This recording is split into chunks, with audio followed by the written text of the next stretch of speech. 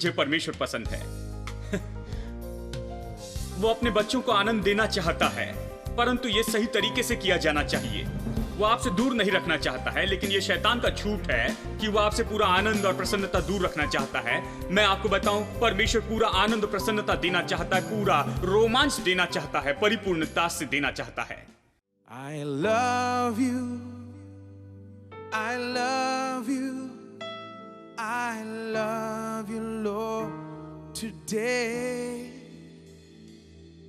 because you care for me in such a special way. And yes, I praise you, I lift you up, and I magnify your name. That is why my heart is filled with praise. Say it out. I love you. I love you. I love you. I love you, Lord, today, because you cared for me in such a special way. And yes, I praise you, I lift you up, and I magnify your name. That is why my heart is filled with praise. My heart, my mind, my soul belongs to you.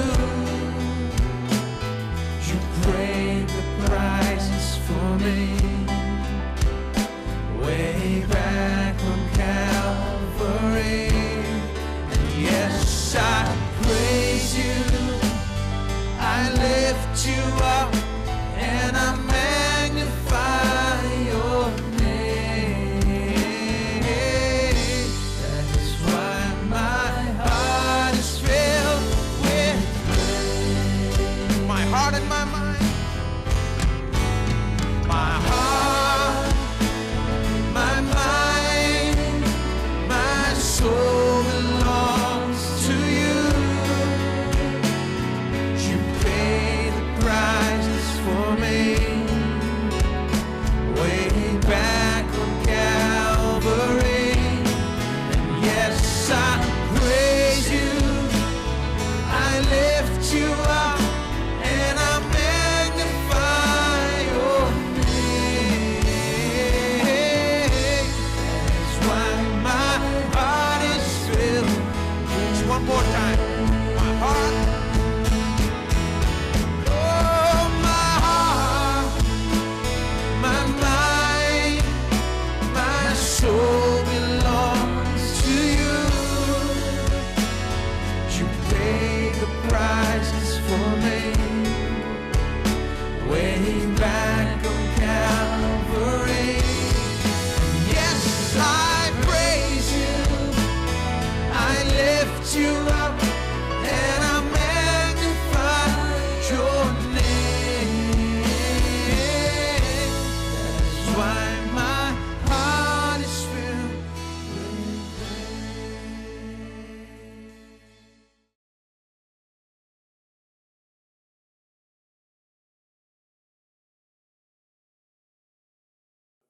इच्छा नहीं आ रही है, हम उस व्यक्ति को देखकर नहीं कह सकते कि पाप राज्य न करें। क्यों? वो इच्छा प्राप्त नहीं कर रहा है, वो प्रतिदिन निरंतर प्राप्त कर रहा है। हेलो, क्योंकि उसने कहा कि पाप तुम्हारे नश्वर शरीर में राज्य न करने पाए। मतलब जब तक कि आप इस शरीर में रहते हैं, आप इस शरीर में हैं, आपको परखा जाएगा अलग परिस्थितियों में, अलग इच्छाओं से और अलग विचारों से, अलग बातों से परखा जाएगा। शरीर की अलग जरूरतों से, दिमाग की अलग जरूरतों से हमेशा आपको परखा जाएगा। परंतु पाप को प्रभुता मत करने दो अपने इस नश्वर शरीर में, क्योंकि संभावना वहां है और ये हमेशा वहां होगी। मैंने कुछ लोगों को देखा, वो गलत निर्णय पर आते हैं कि जब वो एक पड़ाव पर पहुंचते, आत्मिक ऊंचाई पर पहुंचते हैं, वहां सब खत्म हो जाता और इसके बाद कोई परीक्षा नहीं है, बस अगला कदम पतन है। मैं मजाक नहीं कर रहा हूं, क्योंकि वो इसके साथ में ढीले हो जाते हैं, सोचते हैं कि मेरी परीक्षा कभी नहीं हो सकती, कोई मौका ही नहीं कि मेरी परीक्षा हो, क्योंकि मैं पवित्रता की चोटी पर पहुंचा हूं, मैं निर्दोष दशा में पहुंचा हूं। बकवास है ये। देखिए, बाइबल साफ बताती है कि हमें सौंपना नहीं है अपने अंगों को अधर्म के हथियार के रूप में, पर अपने आप को परमेश्वर को सौंप दो। आपको कुछ करना है और बेहतर है कि आप इसे करें, ये कहता। तो बहुत से लोग ये स्वीकार नहीं करते हैं कि यीशु की हर तरह से हमारे समान ही परीक्षा हुई, क्योंकि वे सोचते हैं कि परखा जाना अपने आप में पाप है, इसलिए उनके लिए ऐसा होना, यानी यीशु का परखा जाना तो उसे पापी बनाएगा। यहां उनका तर्क देखिए। इसलिए वो इस बात को स्वीकार नहीं कर सकते। क्यों वो स्वीकार नहीं करना चाहते कि वो हर तरह से हमारे जैसे परखा गया? उनकी गलत शिक्षा बताती है कि परखा जाना अपने आप में पाप है। यदि आप कहते हैं कि यीशु परखा गया था और यदि वो सच में परखा गया पूरी परीक्षाओं से जो हमारे पास होती है, फिर वो पापी होगा, वो गंदा व्यक्ति होगा, कुछ न कुछ गंभीर रूप में गलत होगा, तो वो कैसे उद्धारक हो सकता? और इस गलत निष्कर्ष पर वो पहुंचते हैं अपने गलत विचारों से। देखिए, इसलिए वो स्वीकार नहीं करते कि वो हर बातों में परखा गया, बिल्कुल हमारे समान ही। परंतु बाइबल साफ कहती है ये पापमय होना नहीं है कि हम परीक्षा में आते हैं, लेकिन परीक्षा में खुद को सौंपना ये पापमय बनाता है। हेलो, परखा जाना और नहीं सौंपना यही विजयी बनाता है। वास्तव में वैसे ही यीशु के साथ हुआ। हर बातों में वो हमारे समान परखा गया, फिर भी निष्पाप निकला। मतलब वो हर बातों में परखा गया, परंतु उसने खुद को नहीं सौंपा। एक बार भी उसने खुद को नहीं सौंपा। जानते हैं, अब अच्छी खबर तो यह है, हम अजीब नहीं हैं। गंभीर रूप से कुछ भी गलत नहीं है। आप एक मनुष्य हैं, पाप के शरीर में रहते हैं। शरीर अभी भी पतन की दशा में है, अभी भी इसे बदलना है, और पाप अभी भी प्रतिदिन खटखटाने की कोशिश करता है शरीर के द्वार पर।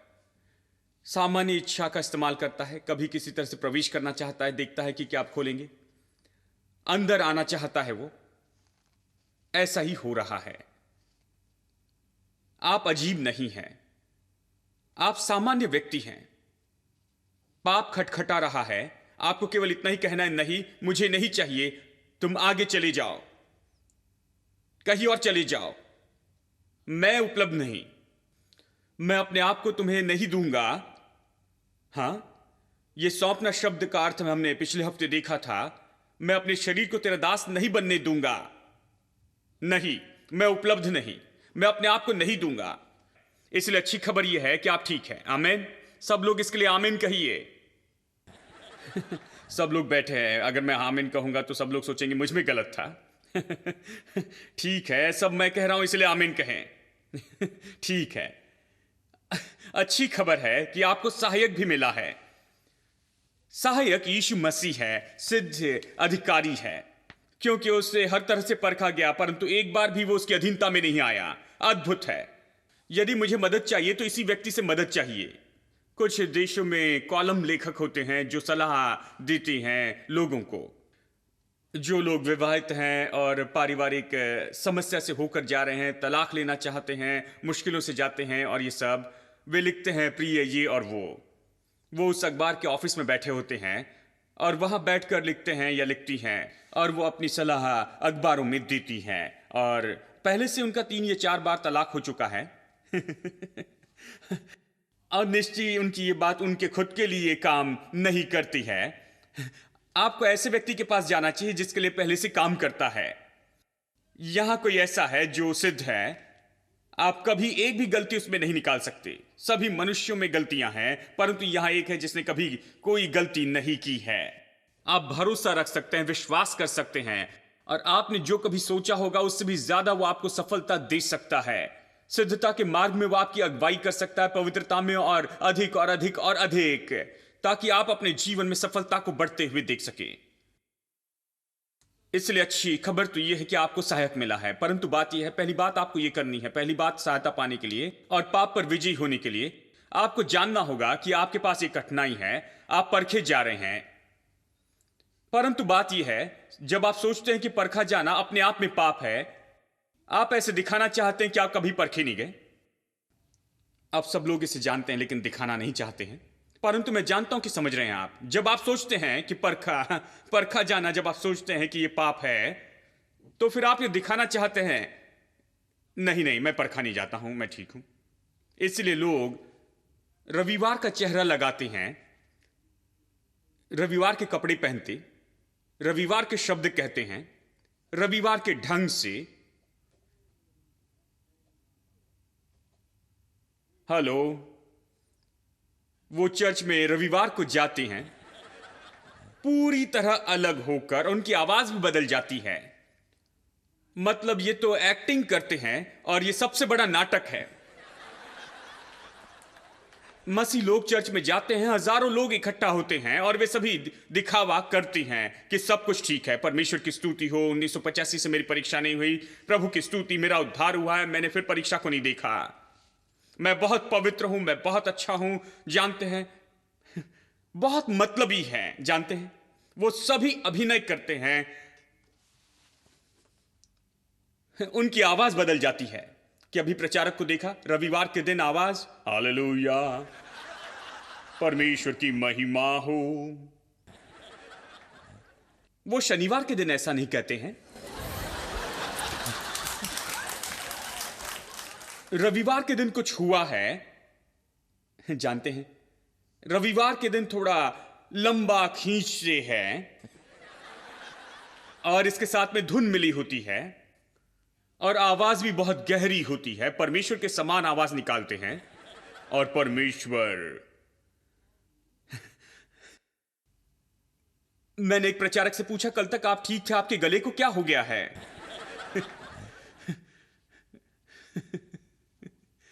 लोगों से सामान्य तौर पर बात कीजिए। तो उन्होंने कहा, नहीं भाई, मैं जब खड़ा होता हूं तो मुझ में कुछ होता है, मैं इस तरह से बात ही करता हूं, जानते हैं। और सूचना भी वैसे ही देते हैं, जानते हैं, वो सूचना देते हैं, रविवार की सुबह 9 बजे हम यहां पर सब इकट्ठा होते हैं कलीसिया में। यहां तक कि उनकी जो सूचनाएं वो भी अभिषिक्त होती हैं। मैं ये इसलिए कह रहा हूं ताकि आप जान ले कि रविवार की आवाज अलग होती है, रविवार का अलग मोड होता है। सोमवार से शनिवार उसे बंद करके रखते हैं और रविवार को उसे ऑन करते हैं, क्योंकि हम ऐसे सब अभिनय करना चाहते हैं। नहीं, कोई परीक्षा नहीं, हम ठीक है, बिल्कुल परीक्षा में पढ़े नहीं हैं, नहीं नहीं कोई भी परीक्षा नहीं गया, मेरी परीक्षा नहीं हुई, मुझे ऐसे मत देखिए, मैं परीक्षा में नहीं पढ़ा, मैं ठीक हूं, मैं अच्छा हूं, बहुत अच्छा हूं। परंतु बात यह है, आप जानते हैं कि आप परीक्षा से होकर जा रहे हैं।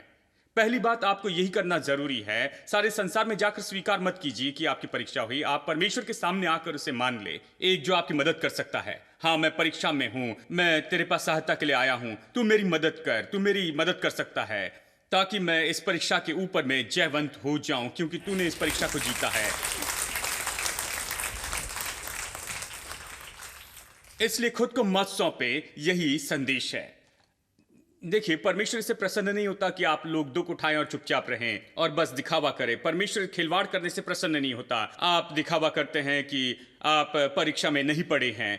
परमेश्वर इससे प्रसन्न नहीं होता है कि पाप के ऊपर विजय जो मसीह यीशु ने हमारे लिए कलवरी के क्रूस पर पाई है, वो अच्छी तरह से घोषणा नहीं की गई है और लोगों को अच्छे से नहीं बताया कि वो पाप से छुड़ाए गए हैं। और परमेश्वर प्रसन्न नहीं है वर्तमान दिनों में यीशु की सेवकाई जो वो पिता के दाहिने हाथ बैठकर कर रहा है, कि वो आज अच्छे से लोगों को नहीं बताया गया कि उनके पास मदद है। देखिए, आप खिलवाड़ नहीं कर सकते, आपको सच्चा होना है। चर्च ऐसी जगह नहीं जहां पर आप सब कुछ छिपा कर रखें और बस झूठ बोलते जाएं और कुछ दिखावा करें। नहीं, चर्च ऐसी जगह है जहां प्रभु के सामने अपना दिल खोलते हैं। आपको हर किसी के लिए खोलना नहीं है। नहीं, मैं ऐसे नहीं कह रहा हूं कि जाओ और सबको बताओ कि मेरी परीक्षा हुई। नहीं नहीं नहीं, इससे बड़ी समस्याएं होगी। कृपया ऐसा मत कीजिए। परंतु आप अपने दिल को परमेश्वर के लिए खोल दें, परमेश्वर के सामने ईमानदार हो, क्योंकि आपका दिल परमेश्वर देखता है और परमेश्वर ही आपकी मदद कर सकता है। मेरे दोस्तों, देखिए, केवल एक विचार करना या सिर्फ भावनाएं रखना या इच्छा रखना या प्रेरणा रखना, ऐसा करना पाप नहीं है। परखा जाना पाप नहीं, परखा जाना यह पाप नहीं है। परीक्षा में स्वयं को सौंप देना पाप है। या आप पक्षियों को सिर पर उड़ने से नहीं रोक सकते हैं। आज मैं जाकर यह नहीं कह सकता कि मैं नहीं चाहता कि कोई पक्षी मेरे सिर पर से उड़े। नहीं, पक्षी ये सब जानते हैं, वो आपके सिर के ऊपर से उड़ते हैं। मैं उन्हें सिर के ऊपर उड़ने से नहीं रोक सकता, परंतु मैं उन्हें रोक सकता हूं मेरे सिर पर घोंसला बनाने से। हेलो यही तो बड़ी बात है। अब देखिए, बहुत से लोग पक्षियों को अपने सिर के ऊपर घोंसला बनाने देते हैं, और ये इसलिए नहीं है कि क्योंकि पक्षी बहुत शक्तिशाली है और वो केवल आते हैं, जबरदस्ती करते हैं और आप कुछ नहीं कर सकते। नहीं, लोगों ने खुद उन्हें अनुमति दी है, उन्होंने अनुमति दी है ऐसी बातों को पढ़ने के द्वारा, और जो सब कुछ वो देखते हैं। और यदि आप गलत बातों को देखना बंद करते हैं, गलत बातों को पढ़ना बंद कर देते हैं, बंद करते हैं गलत अपने अंदर गलत निवेश करने में, तब मैं आपको बताऊं दोस्तों, 60 से 70% समस्याएं बंद हो जाएगी। आप देखिए, फिर आप इसके ऊपर ध्यान दे रहे हैं, 70% समस्याएं नहीं होगी और शरीर फिर भी वहां पर है, हमें इससे निपटना है। कुछ बातें आनी चाहिएगी, परंतु बात तो यह है कि अधिकांश लोग ध्यान देते हैं। और जब आप इन सभी बातों में चल रहे हैं, दृश्य देख रहे हैं और ये सब बातें, ये सारा कचरा भीतर आ रहा है, तो मानो शैतान ने एक पूरी लाइब्रेरी आपके लिए खोल के रखी है। वो कहता है कि हाँ, मैं इसे बाहर निकालता हूं और इसे फिर से दिखाता हूं। वो तो अच्छा दोहराने वाला है, वो रिपीट करने वाला चैनल बन गया है जहां वो फिर से पुरानी बातों को चलाता है। वो जानता है कि आपको क्या पसंद है, वो बस आपके दिमाग में, आपके दिल में इसे चलाते जाता है, आपको बार बार दिखाते रहता है जब तक कि आप इसमें गिर न जाएं। परंतु यदि आप इन बातों को नहीं देखते, इन बातों को नहीं पढ़ते हैं जो आपके लिए हानिकारक है, तो बहुत सी बातें वहीं पर खत्म होती है। शैतान के पास में ज्यादा कुछ नहीं रहता है। जब वो आपसे काम करने के लिए आता है, उसके पास बहुत कम होता है। वो उन बातों को ढूंढते रहता जो आपके विरुद्ध में काम करती। आप उसे कोई जगह न दे। आमीन। और मैं ये पसंद करता हूं, मैं चाहता हूं कि अधिक जगह न दूं, जानते हैं। और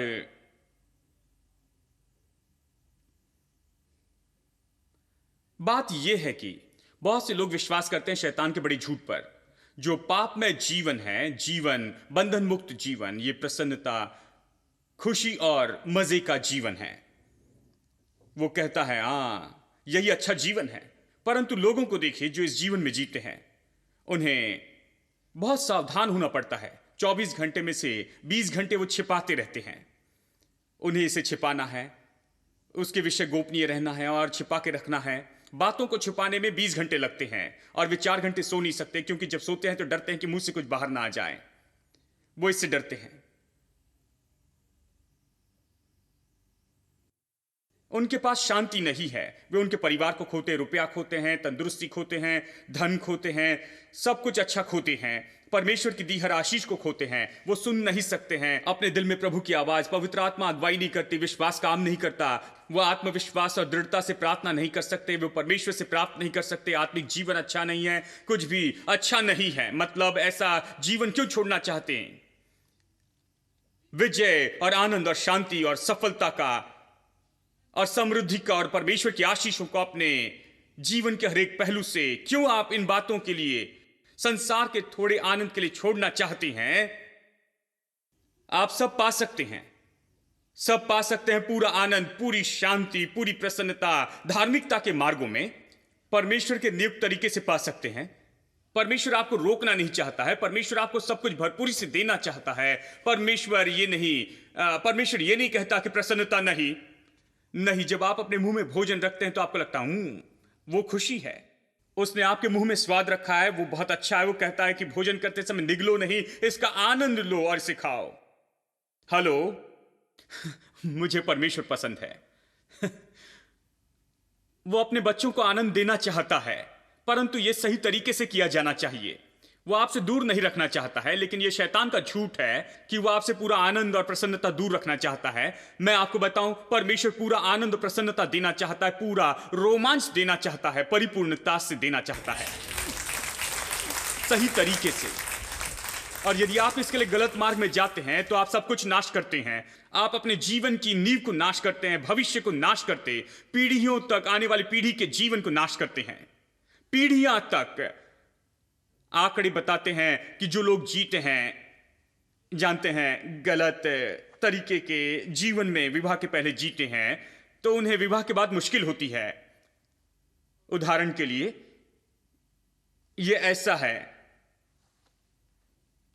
क्योंकि जैसे वो विवाह करते हैं, जानते हैं, वो सोचते हैं हां मेरी पत्नी भी ऐसी ही होगी। क्यों वो ऐसे सोचते हैं? क्योंकि वो ऐसे थे,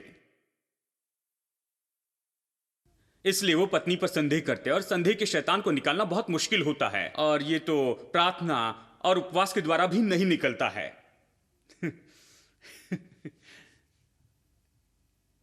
देखिए, ये शैतान बहुत मुश्किल है। हर तरह की मुश्किलें केवल थोड़ी सी लापरवाही के कारण ढेर सारी मुसीबतें अपने जीवन में लाते हैं, पूरे जीवन भर के लिए। क्यों ऐसा करना चाहते हैं? इसलिए पौलुस कहता है, जिन बातों के लिए आप अभी शर्मिंदा हैं, उनके द्वारा आपने क्या प्राप्त किया है? उन वस्तुओं का अंत तो मृत्यु है, परंतु इन वस्तुओं का अंत जो मैं सिखाता हूं, वो कहता है अनंत काल का जीवन है। क्योंकि पाप की मजदूरी मृत्यु है, परंतु परमेश्वर का वरदान मसीह यीशु में अनंत काल का जीवन है। आमीन। मैं आपको बताता हूं, अच्छा जीवन, पवित्र जीवन है। ये वो जीवन है जो परमेश्वर के लिए जीना है, क्योंकि तब आप दृढ़ होंगे, आपके पास या होगा, आपके पास छिपाने के लिए कुछ नहीं होगा, आप किसी से डरेंगे नहीं, आप जो भी करते चैन से सोएंगे, चैन से उठेंगे, जा सकते हैं, और कुछ भी छिपाने के लिए नहीं, आप मुस्कुराते रहते हैं, अच्छा समय बिता सकते, और जीवन भर आप आनंद की भरपूरी को उठा सकते। आमीन। You are the everlasting God. Shine your light through us for all the world to see.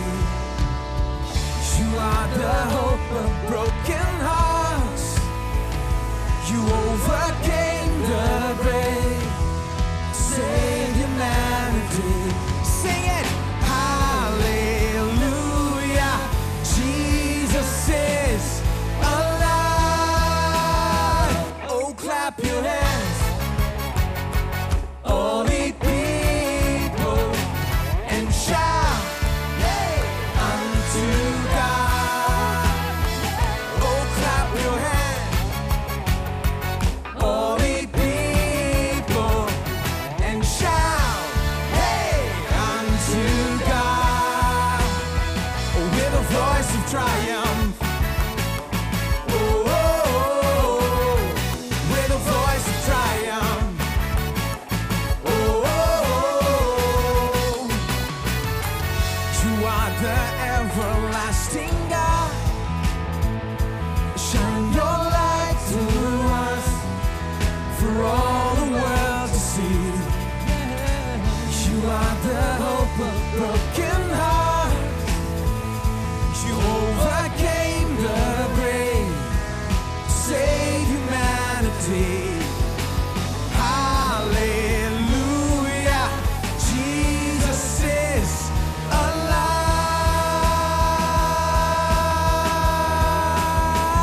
Oh, clap your hands, all ye people, and shout, hey, unto God. Oh, clap your hands, all ye people, and shout, hey, unto God, with a voice of triumph. Oh, oh, oh, with a voice of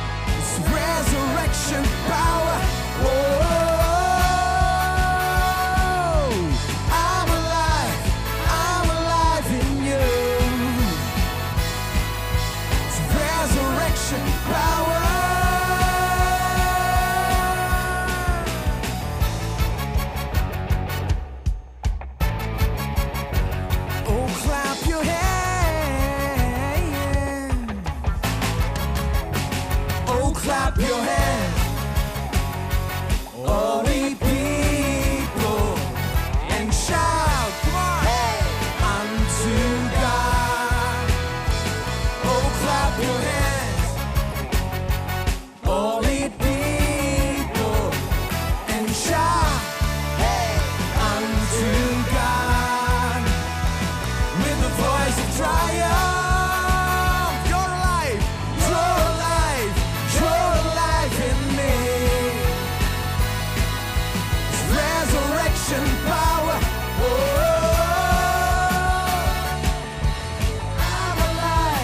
I'm alive in you. It's resurrection power. Oh,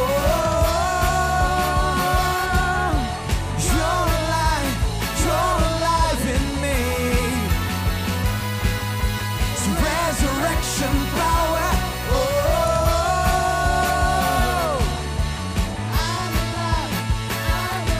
let's sing it again. You're alive. Oh, you're alive in me. It's resurrection power. Oh, I'm alive in you. It's resurrection power. Clap your hands. Clap, keep clapping. Oh, clap your hands.